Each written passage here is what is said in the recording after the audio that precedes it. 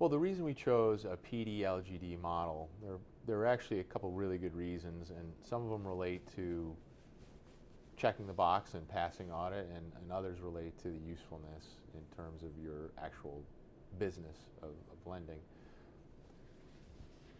Via DFAST and CCAR, every regulator, every auditor has seen a probability default, loss given default model. They understand it. It makes sense to them. We're not reinventing the wheel and trying to create something that is de novo, and folks will have to spend a lot of time figuring out how to defend. PD-LGD is tried and true. It's been around forever. We will get that box checked in terms of CECL. So that's one perspective. The other perspective is that, as we mentioned earlier, we wanted what we created to have some sort of additional usefulness in terms of business intelligence. Things like vintage analysis, they don't make a lot of sense to me. That's like saying, you know, my multifamily loan that was originated this year is the same as my office building originated this year in completely different markets. I don't see how you can gain real insight into your portfolio looking at things that way.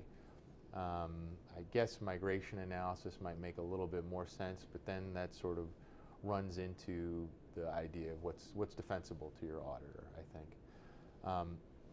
Being able to look at my expected losses on a loan-by-loan basis and then compare that to maybe loan price or credit risk, it gives me something that's actionable, and I can do some actual portfolio management using PD-LGD analysis that I couldn't do with something like a vintage analysis.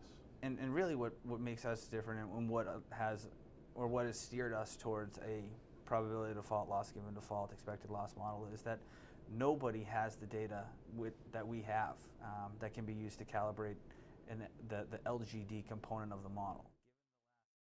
A selfish reason for which we chose to use a probability of default, loss given default, and expected loss approach to predicting credit losses was our internal database. We have, here at DebtX, over the last 17 years, collected actual trades that acts as an unbelievable proxy for loss data that nobody else in the industry has.